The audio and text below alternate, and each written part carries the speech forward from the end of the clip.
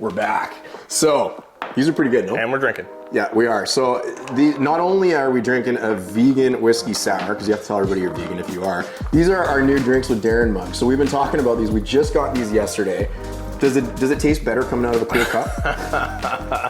I love how you say it's a cool cup because it's your cup, but I am going to steal this cup and I am going to use it. And I'm shocked at the fact that something vegan can be good. I could probably use to be vegan to shed a couple of pounds myself. Especially when there's liquor involved. Okay, so let's get into it here. So we got our magic bowl of questions that we're gonna go over. A lot of them are gonna be kind of similar questions that we talked about last year, but you're here because you wanna know what we think is gonna happen with the market next year. So we're both gonna pick questions, ask it to the other one, and we'll go from there. So there you go. Let's see the magic bowl here. Pick one out. We'll clear the whole bowl because they're gonna be good. Is this on a Wesson Terra notepad?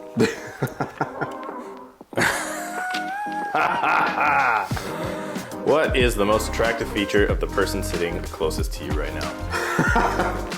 So there's some fun questions in there too, and I guess that's how we're starting off. All right. You mean physically attractive or monetarily? Definitely monetarily. You want me to answer this? Sure. Or are you answering? No, it's for me to answer about you. Oh, okay, go. Steve has got stunning blue eyes. Like, I feel like I am lost in an ocean right now of just wanderlust. So all the ladies watching, he is spoken for. So, just hold tight, all right? No, not hold tight, that's horrible. Hold tight.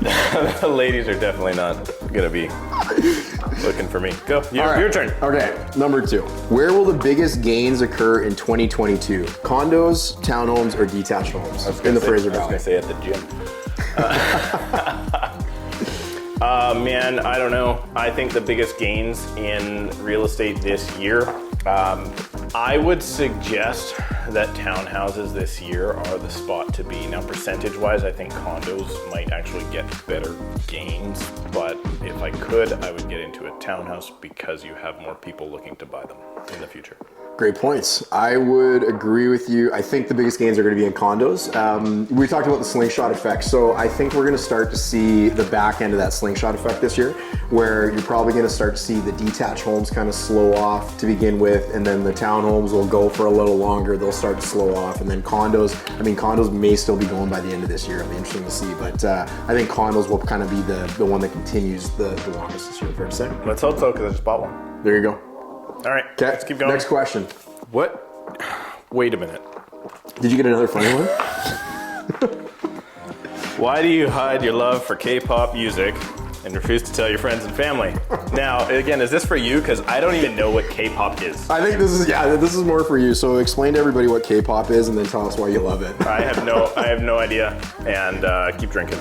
I literally have no idea. We will insert a K-pop video into the video, and then you can, here, pick another one. You got 2 funny ones in a row. You're just trying to look smart.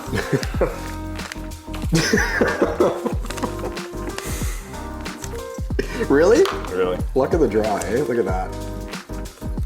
Here we go. Okay. This is actually a real estate related one.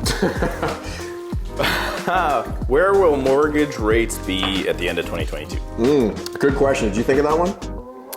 Did I think of it? Who wrote these? All right, so where will mortgage rates be at the end of 2022? So I don't think it's any secret. I've been saying this in a lot of my videos if you've been watching them in the past, that the Bank of Canada has been pretty forthcoming about rates are going to go up probably in Q2 of next year, being 2022. So what's likely going to happen? The banks are going to start increasing their rates ahead of that because they're going to have to start insulating themselves to make sure they keep making the money, right? So if I had to guess, like right now we're sitting roughly 2.5, maybe just a bit higher than that for percentages for like a 5-year fixed rate mortgage. So I would guess probably by the end of 2022, you're probably going to see maybe north of 3%, maybe around 3.15, something like that. Well, here's maybe a little better question is how many increases from the Fed do you think we're gonna see? Quarter point increases? Yeah, I'm gonna go with 3.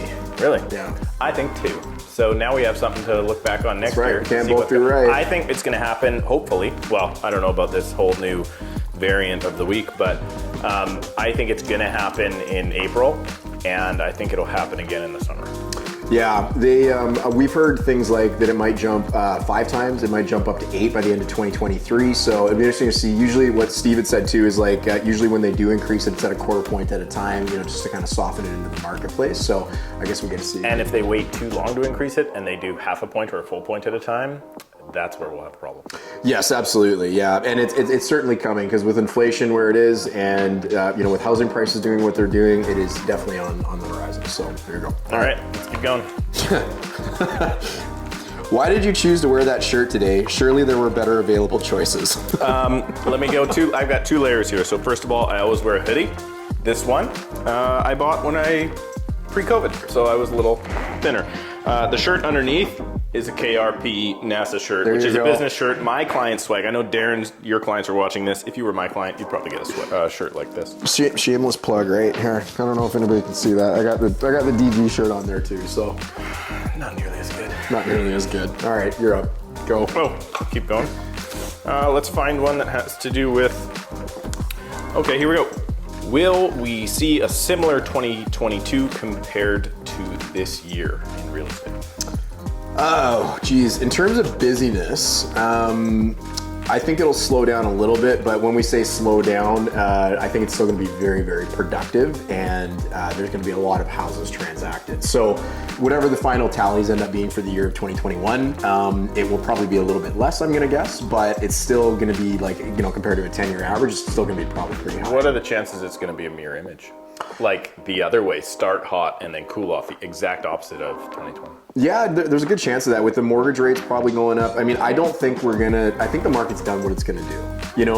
More so for detached homes. I think condos, as we said, still have a little bit of a run up, but I think we've seen a large part of it's done what it's going to do. So if we get to the back end of 2022, compared to today, I do think it's going to be a slower market environment for the most part, but we're still going to see gains. We're going to see gains in all 3 asset classes. I think detached is going to do well. I think townhomes and condos will continue to perform very well as well. What would you say?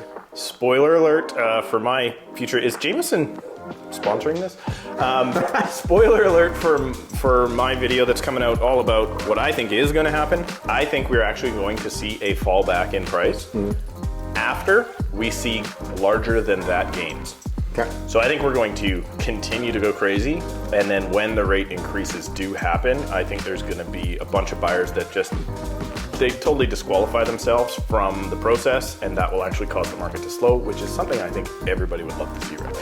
Yeah, I don't think it's a secret that everybody is kind of saying this is a little nuts right now. So you're saying if we looked at where we're going to start January versus where we finish December of next year, you think we'll still see an increase overall though? I think prices next year at this time will be higher than now. Yeah. I think they may peak in the spring or summer. Yeah, fair point. We've seen that in some of the really busy markets of we've been around from 2007 market. We've seen the 2015 market. We saw the 2020 market, which is kind of went like that. People forget 2019 and the stinker of a year it was. Totally, and even between 2011 to 2014, it was pretty flat, right? It was a very, very different time to sell real estate. Good time to buy. Good time to buy. All right, let's get into one more each here.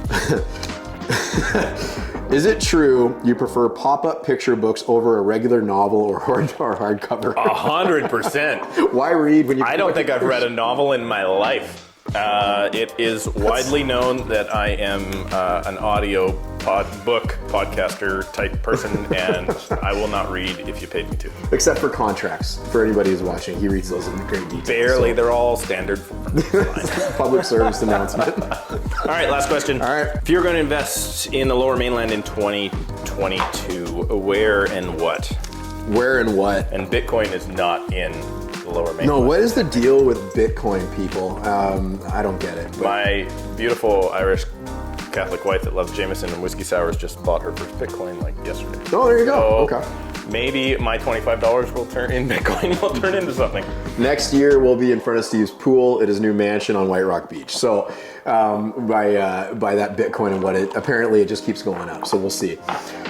If I had money to invest right now in real estate, and I know, a lot of you have made a ton of equity in your property since you've owned them. If you didn't own them since the start of 2020, you've made incredible amounts of money in there. And, do you want that money just sitting in your property? Maybe you do, maybe you don't. But if I had money to invest right now, one of my top picks would be Surrey City Centre.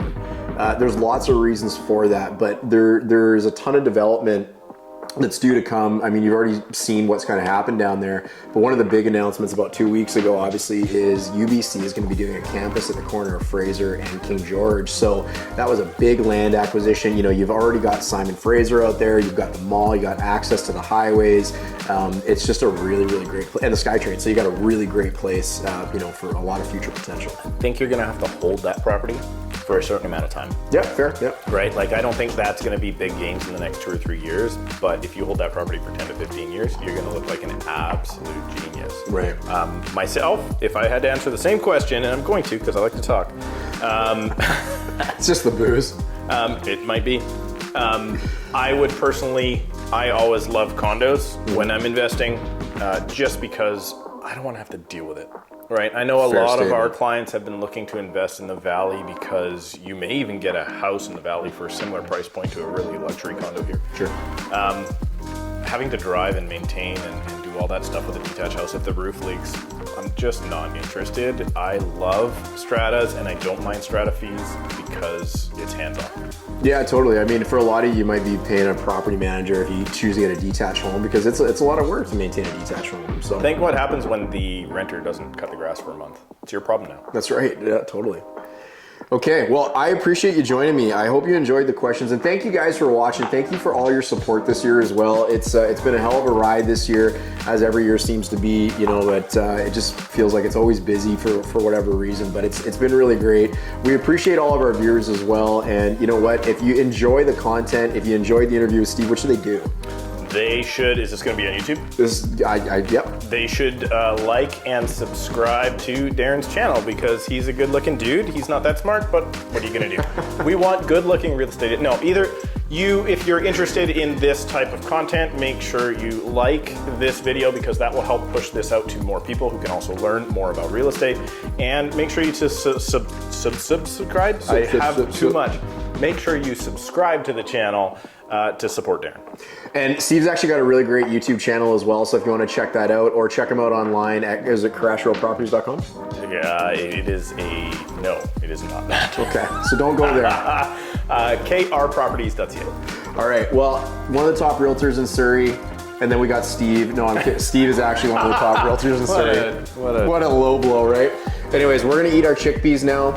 Cheers, I appreciate you joining me, and we'll see you guys. Have a great Christmas, and Happy New Year to everybody, okay? I'm keeping the cup. Cheers.